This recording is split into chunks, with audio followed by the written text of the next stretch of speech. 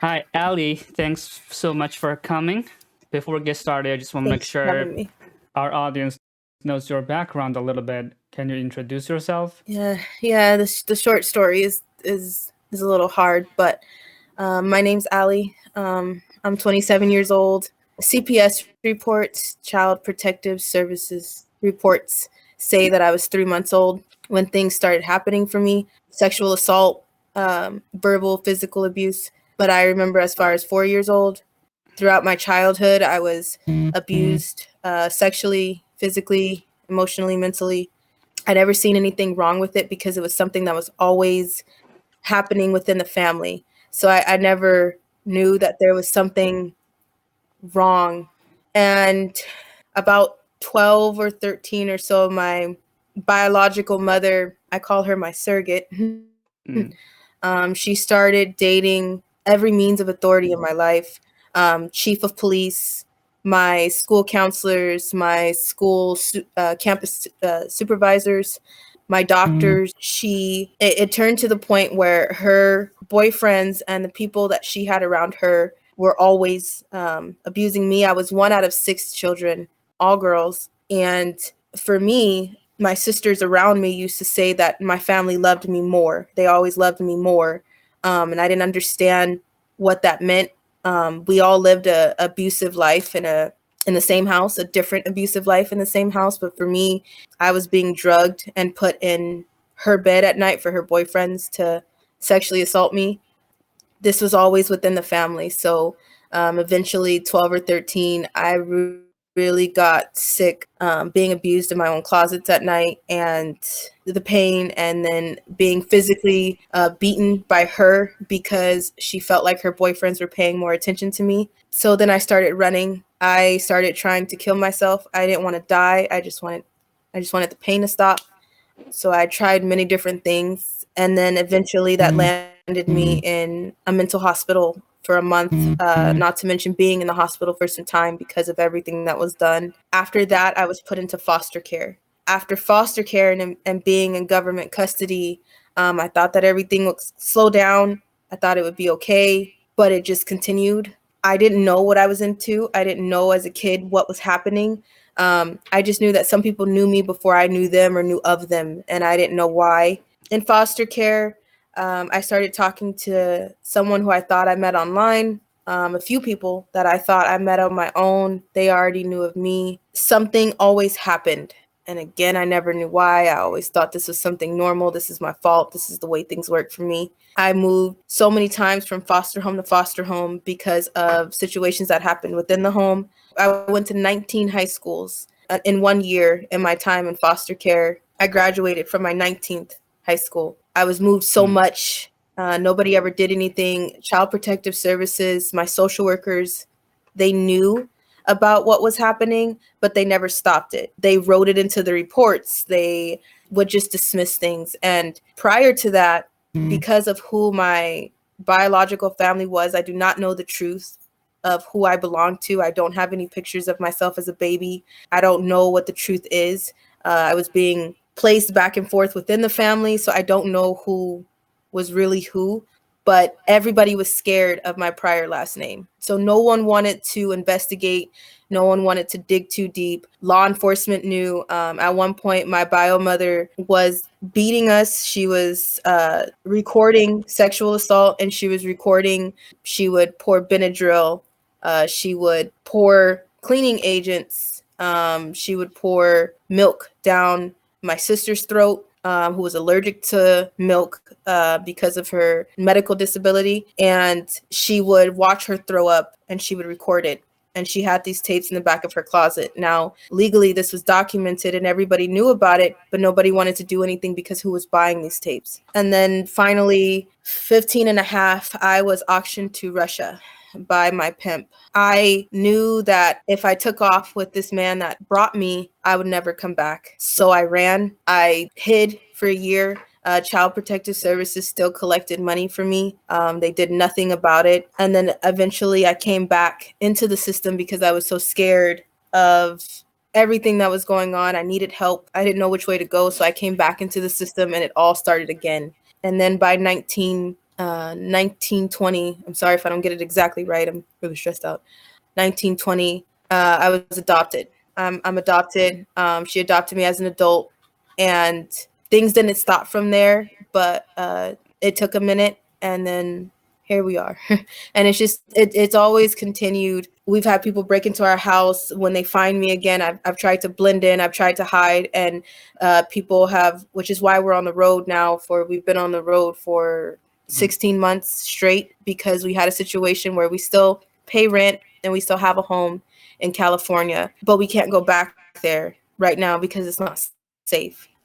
We had someone who broke into the home. We have someone who has killed our animals.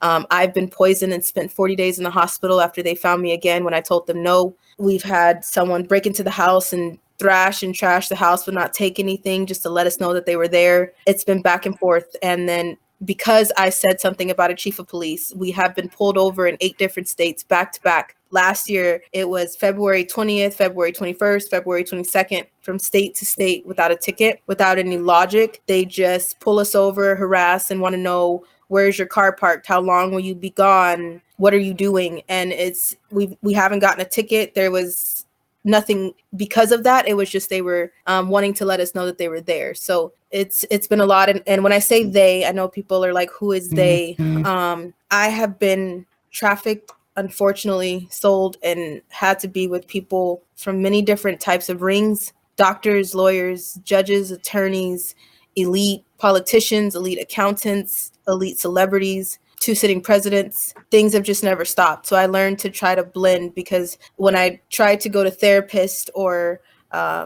taken to psychologists, people find out about MK Ultra programming and what I've been through, and they want to experiment on me. And that's not going to help. I just want to be, and I just want to be free, and I just want to have peace. I don't want anybody's money or anything more than that. I just want to be. Wow. Yeah, that's horrible. You said something about your prior last name.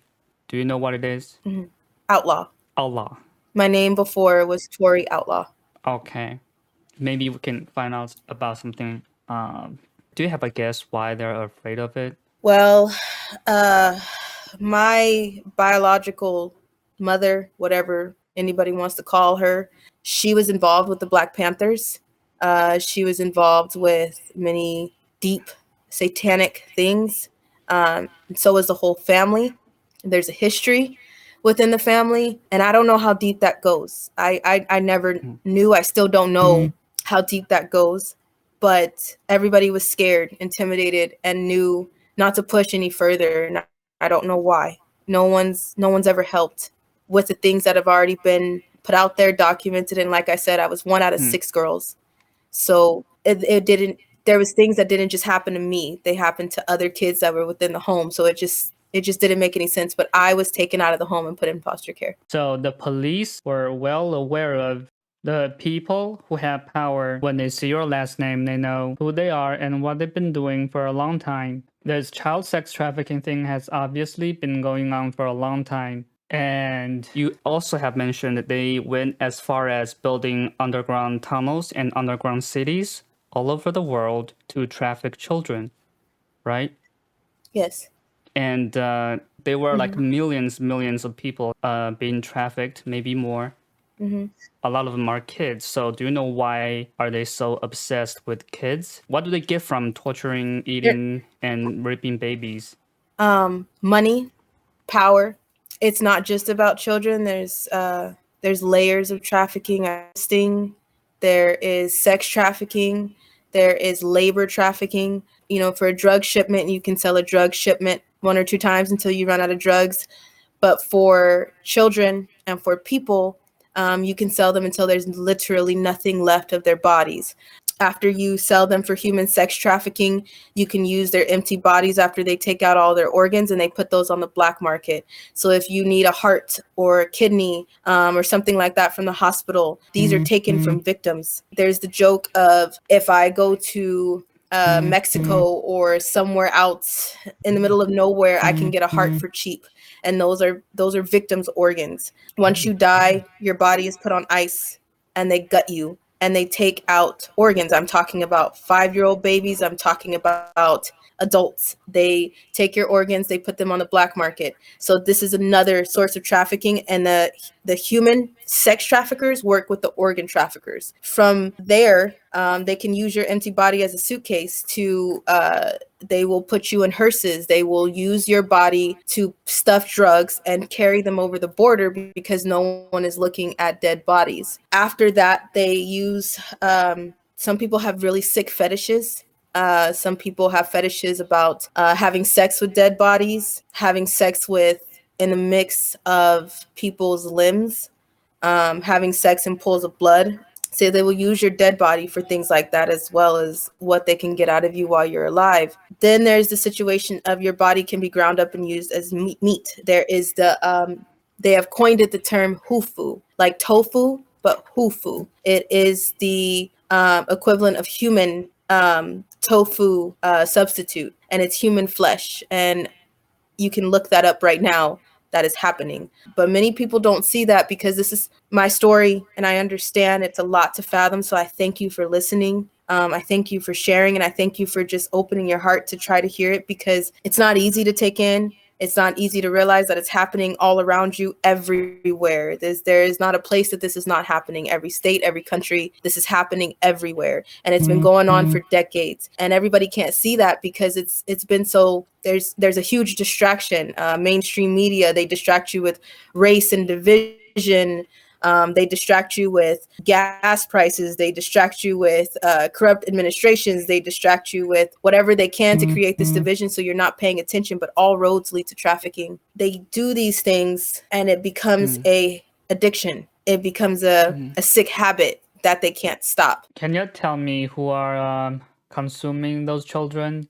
Elite celebrities. Everybody is so worried about the top, but there are so many people on the bottom and in the middle. Your everyday people, your trash pickup, your sports, your everyday people. This is not just about elite celebrities. Everybody wants to have their noses in elite celebrities' business because they feel like this is just going to be this is just this. And everybody's so concerned about the person that I go to their concert and the person that I have their poster, and that's not it.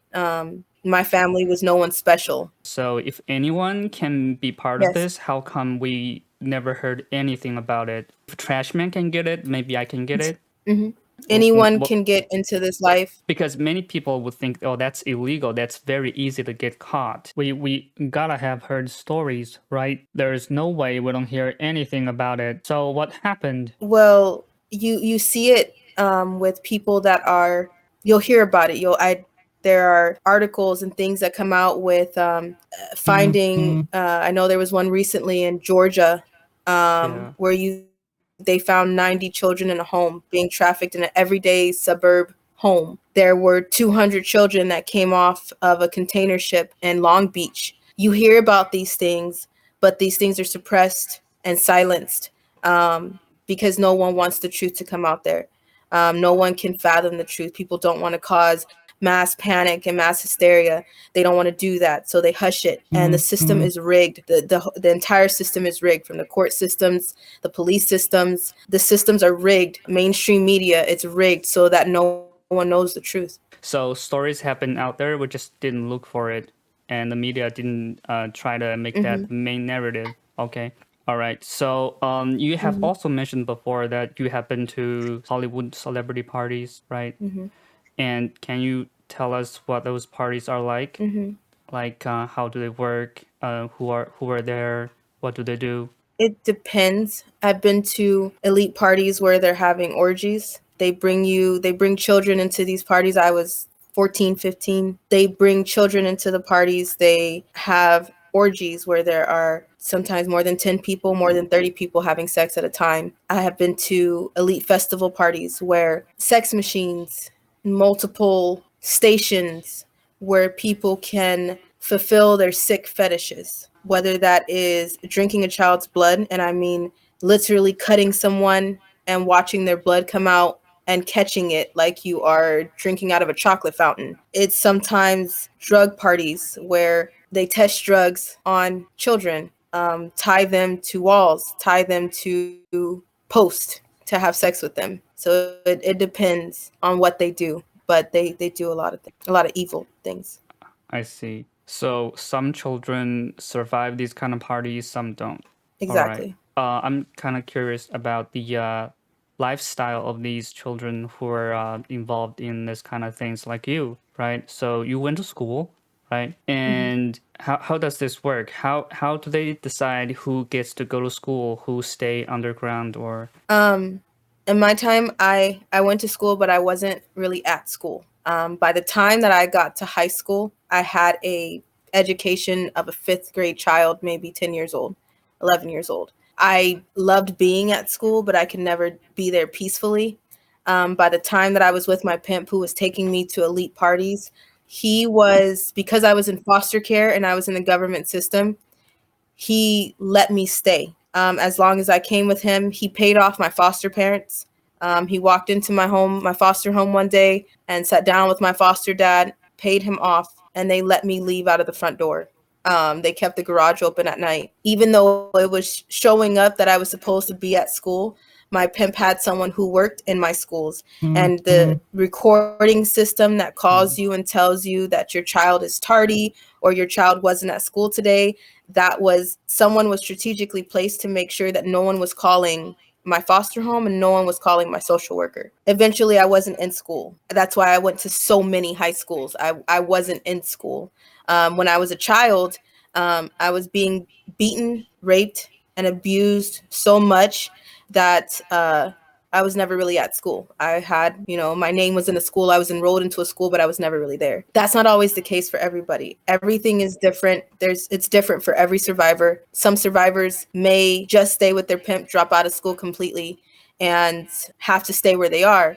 Sometimes I've been taken to a job where we went over the Mexico border, and because they had so many kids, they divvied them out depending on where they were going. So if you were crying too much, you went to somewhere underground and you stayed there. If you were already sick, they're going to sell you to somebody who has AIDS or somebody who has some type of disease where they're dying anyway. So you're dying anyway, and they feel like they're just going to sell you to them. If you're not fighting back, they'll put you within escort services, dress you up and make you look like an adult, and nobody asks us any questions. For me, I was with my pimp. I wasn't with my pimps, Johns, and traffickers, 3 different things. So I was with my pimp. He told me, do what I say. If you do what you're supposed to do, we'll get married. He had other girls, other kids in his possession, but it was a competition at all times. And I did whatever I had to do, whether that was telling on them, putting them in danger, telling on what maybe if they tried to leave or if they tried to do something, I would tell on them.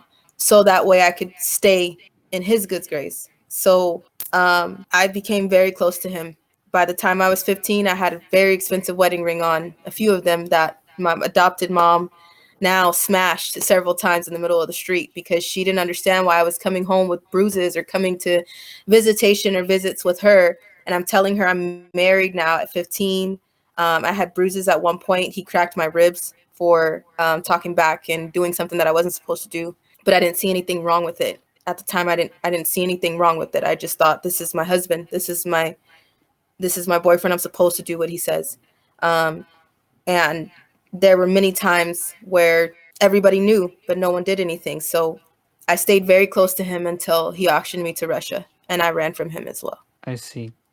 These children that have been trafficked, there were lots of them missing every year. And people know there's this thing called Amber Alert, right? So they don't get lots of messages from Amber Alert. Do you know what's wrong with that? I do.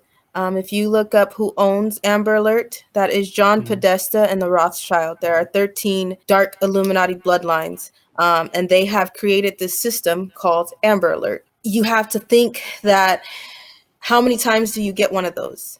But if you look up online where you are right now, how many children are missing in your area? How many children have been gone in your area? And then how many Amber Alerts do you receive? They put out certain ones, and usually some of those are in your face telling you what somebody is ordering. Those are lies. Some people have said, oh, well, we have found the child, but where are the rest of them? If you go into the stores, you'll see sometimes a wall of children that they're usually the same weight Standard trafficking weight, like 104 to 115. I was never allowed to go under 114 ever. I would be beat. They would take food away from me.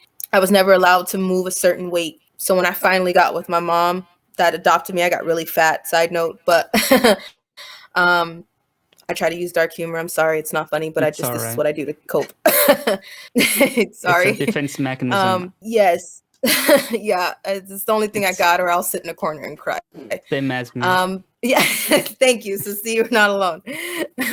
But yeah, there's a situation with Amber Alert where you have to look at how many times do you get a weather alert for a flood in your area, or a snowstorm or a sandstorm coming. You should be getting the same amount of alerts for children, and you don't. And that's when you have to ask the question, why not? Why aren't we notified when someone is missing from our area? Why can't we help look for them? People put up lost dog flyers more than they do for children. Why is that? Amber Alert to me is a scam. And for the things that I know, some of my pimps used to tell me that they had to go or they had to start moving because when an Amber Alert came through, it was a signal.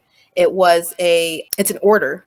Somebody will say there is a 4-year-old baby missing. They've been put in a blue Toyota. This is the license plate for it. The names of the person that took them is so-and-so. Sometimes that is an order right in your face that comes to your phone to tell you that there is a 4-year-old baby on their way to so-and-so.